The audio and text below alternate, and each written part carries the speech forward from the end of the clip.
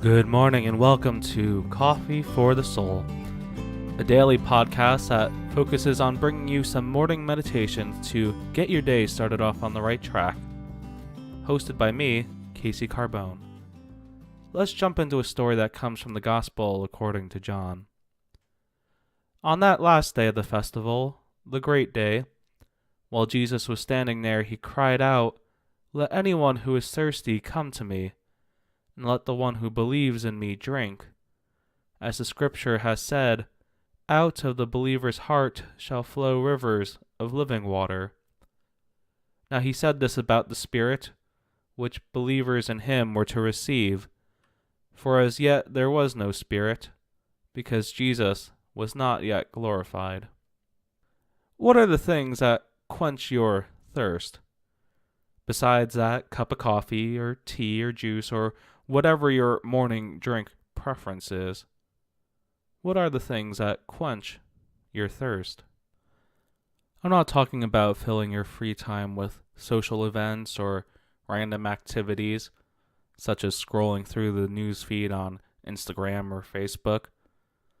I'm talking about the things that truly restore your soul, the things that restore your soul after a long or trying day, the kind of things that reignite a sense of joy and excitement. For me, it's spending time playing my guitar or taking a walk outside, enjoying the wonders that nature has to offer.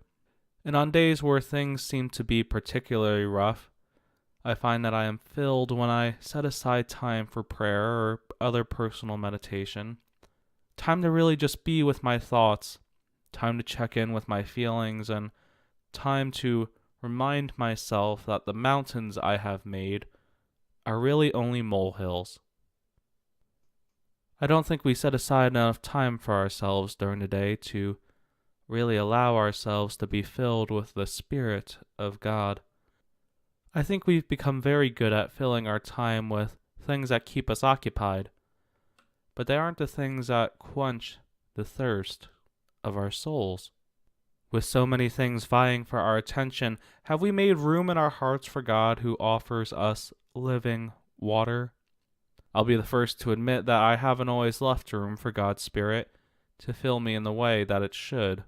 So as you go about your day, try to set aside some time to fill your soul, so at the end of the day your soul is well hydrated, so to speak, instead of being parched. Finding time to incorporate these practices may seem like a difficult thing to do, depending on your daily schedule, but they're important because it will help you stay in a place that allows you to grow and enjoy the things around you.